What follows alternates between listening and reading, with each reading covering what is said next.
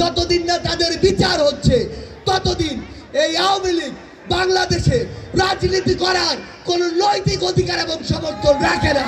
এসব করার কারণে পরিণতি কি হয় তা যদি দেখতে চান, হাসিনাকে দেখুন, সালমান এফ রহমানকে দেখুন, বিবি হারুনকে দেখুন, আরো যত মুরগি গরু ছাগল রয়েছে, ওই ওবায়দুল কাদেরের মতো হাঁস রয়েছে, তাদেরকে দেখুন। ছাত্র জনতার অভ্যুত্থান যে হয়েছে, এই অভ্যুত্থানে আমার যে হাজার ভাই জীবন দিয়েছে, আমার যে মা, আমার যে ভাইয়ের সহধর্মিনী, আমার যে বোন, আমার যে বাবা, আজও যখনই সুযোগ হয়, যখনই আমাদের সামনে আসে, তখনই অজরে কাঁদতে থাকে সেই বাবা মায়ের, সেই সন্তান হারা পিতামাতার, সেই যে স্বামী হারা স্ত্রী, তাদের প্রত্যেকের এই যে বিচারটি, যে হত্যাযজ্ঞটি আওয়ামী লীগ খুনি ফ্যাসিস্ট হাসিনা যে হত্যাযজ্ঞটি ঘটিয়েছে, সেই হত্যাযজ্ঞের আমরা বিচার চাই কিনা?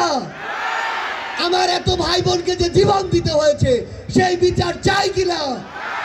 এই শরীয়তপুরের রাস্তায় আমার ভাই বোনদেরকে বিভিন্নভাবে পুলিশি নির্যাতন, ছাত্রলীগ, যুবলীগ, আওয়ামী লীগের ক্যাডাররা সন্ত্রাসী কায়দায় যেভাবে হামলা করেছে, সেই বিচার আমরা চাই কিনা?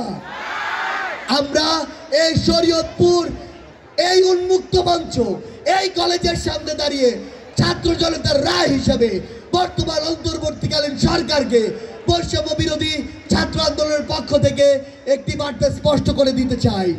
যতদিন না এই খুনি ফ্যাসিস্ট হাসিনা, আওয়ামী লীগ এবং তার যারা দোসর এই গণহত্যার সাথে যুক্ত ছিল, যতদিন না তাদের বিচার হচ্ছে ততদিন এই আওয়ামী লীগ বাংলাদেশে রাজনীতি করার কোন নৈতিক অধিকার এবং সমর্থন রাখে না। যে রাস্তা দিয়ে আসলাম, মনে হচ্ছে একবার কাঞ্চনজঙ্ঘা দিয়ে যাচ্ছি, একবার হিমালয় দিয়ে যাচ্ছি, মনে হচ্ছে একবার ওই যে কিলিমানজারো রয়েছে কিংবা রকি পর্বত, আলপস মাউন্টেন, সেগুলো দিয়ে যাচ্ছি।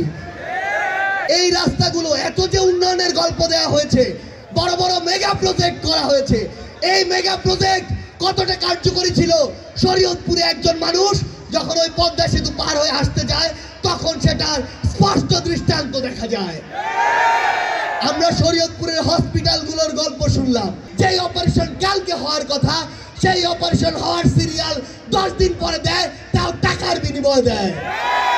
এই যে সিন্ডিকেট, যে সিন্ডিকেট গুলো শরীয়তপুরের হসপিটালে চলে, ভূমি অফিসে চলে, আদালতে চলে, থানায় চলে, সেই সিন্ডিকেট গুলো এই ছাত্র জনতা আর কি সমর্থন করে?